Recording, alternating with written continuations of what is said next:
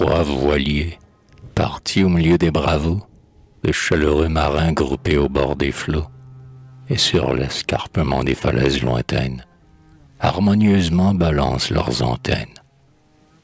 Du vent plein les huniers, ils vont alertement à travers l'inconnu du désert écumant, sur les étraves longues en gazouillant des perles, et son ruissellement à des blancheurs de perles.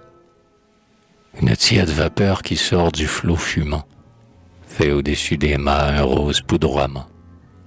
Le jour, un chaud soleil dort le pli des voiles. La nuit, chaque sillage est pailleté d'étoiles. Et sans fin des tillacs montent de gai refrains.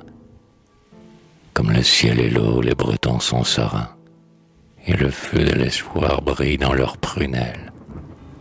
Rien ne vient altérer les splendeurs solennelles que versent sur la mer les rayons printaniers. Et, grisés du roulis, les hardis timoniers, en sondant du regard l'immense solitude, ont souvent un sourire à leurs moustaches rudes. Cependant, un matin, tomba la nuaison, et le soleil monta très pâle à l'horizon. Durant la nuit, le ciel s'était caché derrière un grand voile blanchâtre à l'aspect funéraire.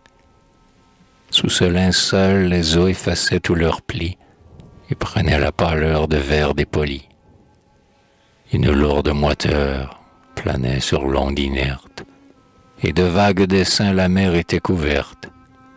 Les reflets qui tombaient du ciel couleur d'acier avaient le froid éclat que verse le glacier, et l'espace livide étouffait tout murmure. Les voiles lourdement pendaient sur les armures.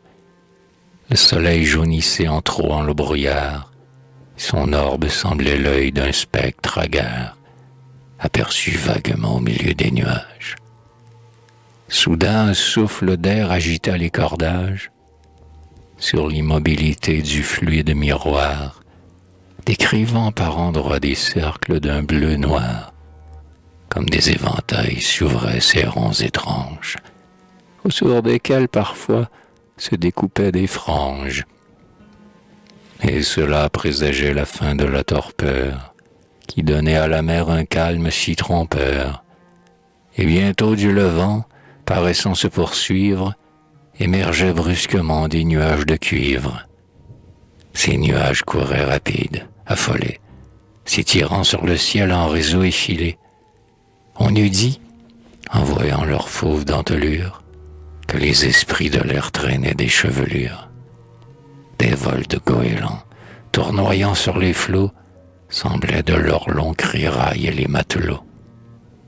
Sous le vent, qui déjà gémissait dans la brume, les ondes crépitaient en se marbrant d'écume. Comme un sein oppressé, l'océan se gonflait. Dans sa trompe au lointain la tempête soufflait, et sa rauque clameur, par instants suspendue, roulait comme un sanglot dans la morne étendue. Les flots s'enflaient, et les ponts des vaisseaux, tout penchés, blanchissaient sous l'écume des eaux. L'ouragan à présent déchaînait tous ses souffles, et, secouant les mâts, les haubans et les moufles, ruant sur les gaillards de lourds paquets de mer, poussaient dans l'infini des hurlements d'enfer.